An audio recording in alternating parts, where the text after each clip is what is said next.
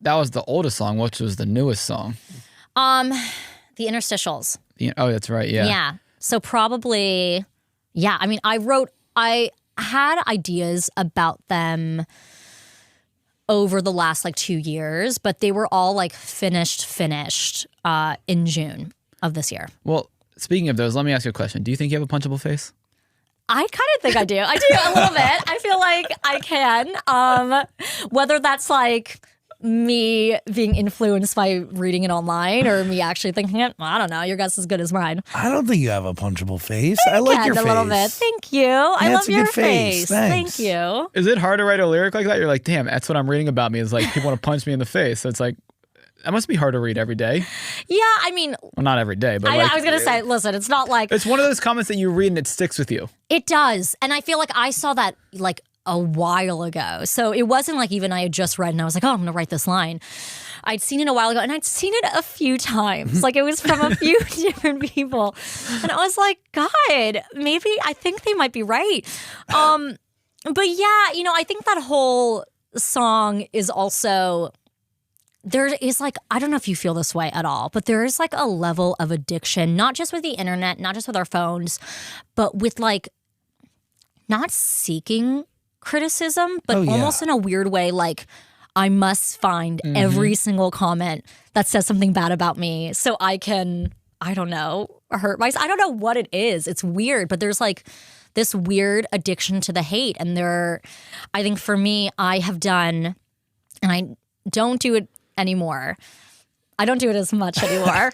But I used to like totally like put my name in like Twitter, just like and see what came up. And I always was like, I always regretted it. I was like, why am I doing this? But isn't that one of the reasons why you strategically had a flip phone? Yes, totally. Do you still? No, I have an iPhone now. Oh, what changed? I know. Okay, I went to New Zealand to film a movie. And they gave me an iPhone, it was an iPhone 3. It was like an iPhone 4. Like it was bad. It wasn't a good one. And I was a little bit like, damn, this does make life a little easier. But I was like, no, I'm still, still sticking with it. I'm still going with the flip phone. And then I went through my breakup. And I think I was like, I need to do something crazy. And instead of like getting a tattoo or getting a motorcycle, I got an iPhone. That is crazy. Crazy. Very edgy. But that changes everything, no? It does. I mean, obviously there's an ease to life with it.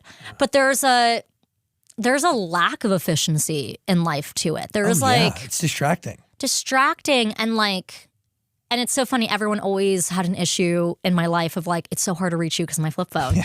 And I still feel like it's hard to reach me, to be honest, because I'm like overwhelmed consistently. That's it. But you used to walk around with like this iPad. I know, I still do it too. I don't have it with me today. But she was crazy. She'd walk around with this iPad like a grandma. So she'd have her flip phone in one hand and this giant fucking iPad in the other. And that's how you're doing your day. It was like this. It was just so, it definitely also wasn't efficient. I don't know what the secret is. It gave Command Center, but from like the 80s. It was really weird. I loved it. It was definitely strange. I don't regret it.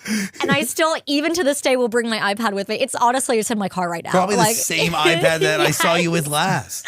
100%. And then even, can I go one step further? Yeah. Okay. I had the flip phone.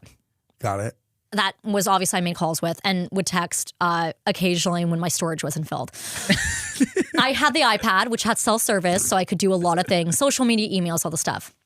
I was given an iPhone. Whoa. And I just didn't use it except to take photos. So it was like my camera. So I had no self-service on that. I had only cell service on my flip phone. I had Wi-Fi and cell service on the iPad. And I would have these 3 devices with me on a regular basis. It's crazy. You can consolidate all of it to the iPhone. It's insane. So that was what in New Zealand when I was like forced to do that. I was like, whoa. What year was that? This is crazy. That was 2021. 2 years ago. I know this is, and I only got the iPhone in 2021 of like August, July 2021. So it's still kind of new. Oh, very new. Yes. I'm just picturing like the whole world back then when they realized that this little touchscreen sits in their pocket and is a computer. But it makes me sad that people meet me now and haven't met the person who had a flip phone. Oh. Like, it actually does kind of make me a little sad. I'm like, wait, you don't really know this history of mine. Yeah, but what's the difference? How have you changed? I feel like I'm more addicted to my phone. You know what I mean? Yeah. And I felt like I had a bit of an identity crisis because I was always I had a flip phone. You're the flip phone girl. I was the flip phone girl. And then I wasn't anymore. And I was like, oh my God, who am I? I'm just a regular iPhone girl. Have I reached my peak? And that was the start of that song. That was it. I mean, 23 songs is a lot. It's a lot. But there is interludes included in that. Yes. So 17 regular songs, which is still a lot. And then 6 interludes. That's good. It's an experience. But it's also taken your whole life to get to a debut album, which could have come out maybe. You could have released a debut album right out of Austin and Ally, like 6-7 years ago. That was the plan. I mean, the plan was I was signed to a label. I was working on my debut album. I made a debut album. Because of my deal, I was actually the one who financially made that debut album. Really? Yes. And then I wasn't able to release it, which was a bummer on so many ways. Yes. So that, I made a debut album. Looking back, I'm thankful that wasn't my debut album because it really was. Even back then, though, I was going to have skits on it. I always wanted a concept album. Always. That was always what I wanted to do. But I was really did not know who I was in terms of wanting to make everyone on my label happy.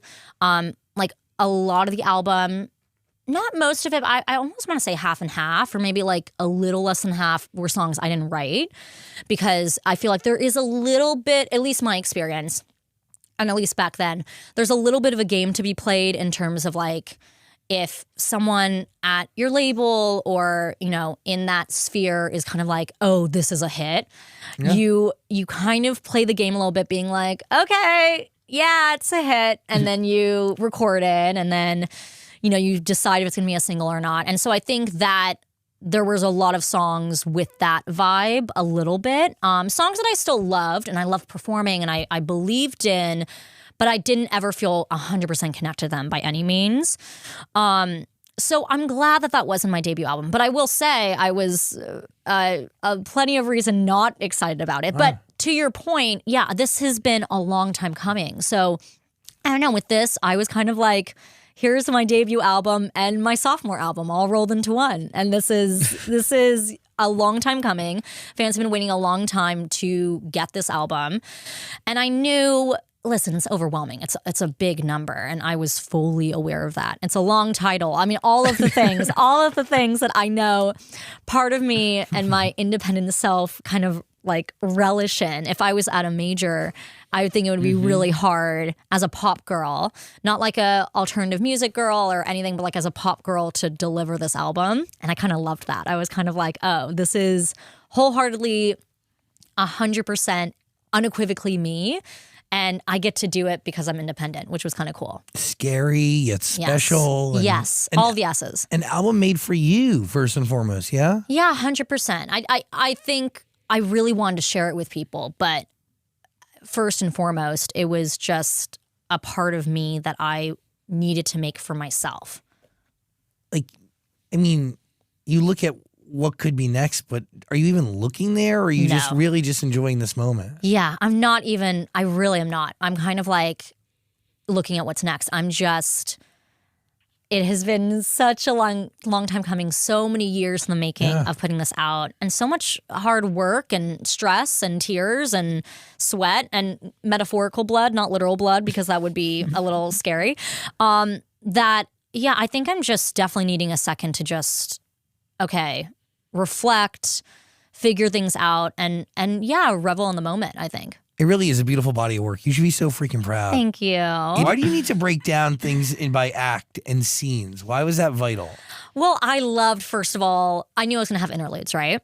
And I knew I wanted this to be a concept album. And so there was just something that I think the actress in me really loved the idea of like making it feel like a play and breaking it down that way. And especially because, you know, obviously movie scripts and TV scripts also are broken down in acts. It's just a little bit less acts than necessarily a play would be. I felt like it felt right to bring that part of me into the album from like a tangible, in some ways, lyrical, you can actually read and get reminded of what I'm talking about here. So it's also those songs to have like the longest title ever, like Act 5, have I reached my peak, ? There's a lot going on. but again, I wanted it there, you know?